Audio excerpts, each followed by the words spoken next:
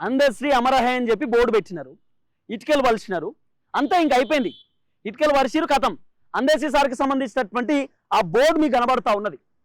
ఏందన్నట్టు ప్రభుత్వాన్ని స్మృతివనం కడతా అంటే నిజంగానే స్మృతివనం అద్భుతంగా కట్టిరేమో చూసొద్దాం తీ అనుకున్నాం. వీడికి వచ్చి చూసిన తర్వాత స్మృతివనం ఎక్కడుంది?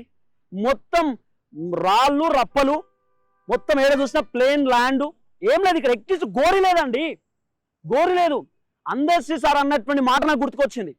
అందశ్రీ సార్ ఆ రోజు నేను క్యూ న్యూస్లో పనిచేస్తున్నప్పుడు ఆయన ఇంటర్వ్యూకి వచ్చినప్పుడు నాతో ఒక మాట చెప్పిండు, తిరుపతి నువ్వు భవిష్యత్తులో బాగుపడతావు, తిరుపతిని పరపతి ఓడగొట్టుకోక అనేటటువంటి మాట ఈ రోజుకి నాకు గుర్తున్నది. నాతో మాట్లాడినటువంటి చివరి మాట అది. నేను సార్ని 2-3 సార్లు కలిసినప్పుడు కూడా నాతో మంచిగా మాట్లాడేటోడు. వచ్చిన వెంటనే సార్ నా వీడియోలు చూస్తారట, నన్ను కౌలించుకున్నాడు. అది నాకు గుర్తుకొచ్చింది, చాలా బాధ అనిపించింది నాకు. ఇట్లనే పోతా నేను, అదే హైవే, మా వరంగల్ పోవాలంటే తొవ్వ అదే హైవే, అట్లకెళ్ళి పోతుంటే చూస్తున్నప్పుడల్లా బాధ అనిపిస్తుంది. చూస్తున్నప్పుడల్లా గోరి కట్టేటటువంటి పరిస్థితి లేదు.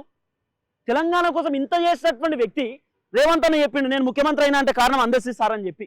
మరి అందశ్రీ సార్కి నువ్వేం చేసినావు? అందశ్రీ సార్కు నువ్వేం చేసినావు? స్మృతివనం ఎక్కడ కట్టాలంటే 2-3 రోజులలో కట్టవచ్చు రాష్ట్ర ప్రభుత్వం తలుచుకుంటే. రాత్రికి రాత్రి రోడ్లు మొత్తం ఖతం చేసి రోడ్లు వేస్తున్నారు, రాత్రికి రాత్రి రోడ్లు వేస్తా ఉన్నారు ఎక్కడ పడితే అక్కడ. మరి సార్కు గోరి కట్టడానికి మీకు ఇంత ఇబ్బంది అయిందా? ఇప్పుడు గాంధీ విగ్రహం 5,000 కోట్ల రూపాయలు పెట్టి కడతా అని చెప్తున్నాడు. మరి అందశ్రీ సార్కి ఒక విగ్రహం కట్టవచ్చు కదా. తెలంగాణ కోసం అద్భుతాలు చేసేటటువంటి వ్యక్తి కదా, తెలంగాణ కోసం ఇబ్బంది పడేటటువంటి వ్యక్తి కదా, తెలంగాణ కోసం అద్భుతమైన పాట రాసేటటువంటి వ్యక్తి కదా, గొప్ప కవి కదా. రేవంత్ రెడ్డి కోసం కూడా చాలా రాసి పంపించిండట స్క్రిప్టు, అదోటి ఇదోటి. రేవంత్ రెడ్డికి ఇవన్నీ గుర్తులేదా? మరి ఇవన్నీ గుర్తున్నటువంటి రేవంత్ రెడ్డి ఎందుకు చేస్తలేడు?